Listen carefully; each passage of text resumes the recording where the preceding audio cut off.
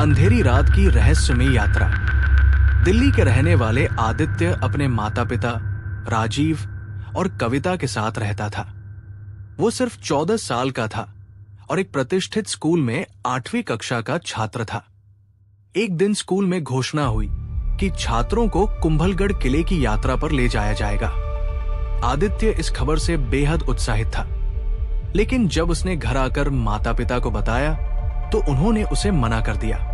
तुम्हें ये यात्रा नहीं करनी चाहिए, राजीव ने गंभीर स्वर में कहा। लेकिन क्यों पापा? आदित्य ने जिद की। ये किला रहस्यमयी माना जाता है, वहां अजीब घटनाएं होती हैं। कविता ने चिंता जताई। आदित्य निराश हो गया। हालांकि जब उसने अपने शिक्षक मिश्रा सर से बात करने को कहा तो पिता ने फोन पर उनसे चर्चा की। मिश्रा सर ने आश्वासन दिया कि वे आदित्य का पूरा ख्याल रखेंगे। ये सुनकर माता पिता ने अन्य मन से उसे यात्रा की अनुमति दे दी। अगले दिन बस में सभी बच्चे हंसी मजाक में व्यस्त थे।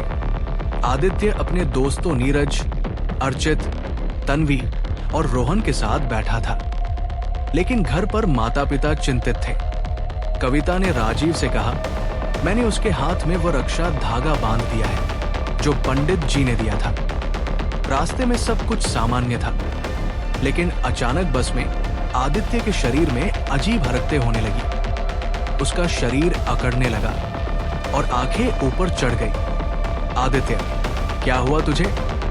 नीरज घबरा गया। मिश्रा सर तुरंत आए और उसकी नब्ज देखी। डरो मत, उसे दौरा पड़ा है, थोड़ी देर में ठीक हो जाएगा। उन्होंने एक छोटी शीशी निकाली और आदित्य की नाक के पास ले गए। कुछ ही पलों में उसकी हालत सामान्य होने लगी। मुझे माफ कर दो, आदित्य ने कमजोर आवाज में कहा। तू पागल है क्या? इसमें तेरी क्या गलती? अर्चित ने उसे गले लगा लिया।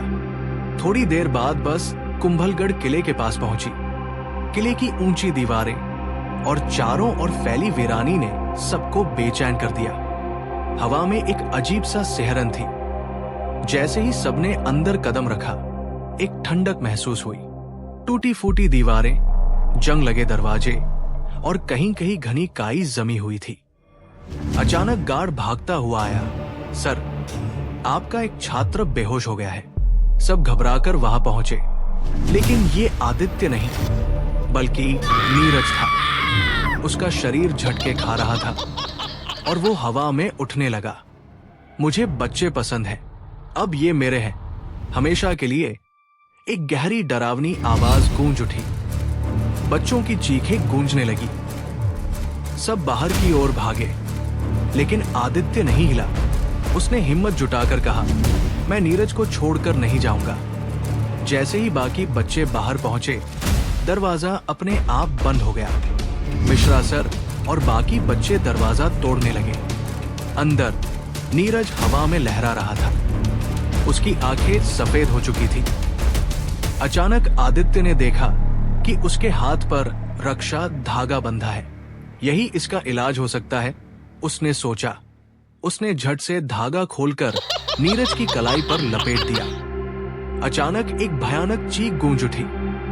नीरज का शरीर झटके खाने लगा और एक काले धुएं जैसी छाया बाहर निकली। दरवाजा एक जोरदार धमाके से खुल गया। आदित्य नीरज को घसीटते हुए बाहर लाया। सब बच्चे बस में चढ़े और तेजी से दिल्ली की ओर रवाना हो गए। पीछे से एक डरावनी गूंज सुनाई दी, तुम लोग वापस आओगे। लेकिन किसी ने पीछे मुड़कर नहीं देखा।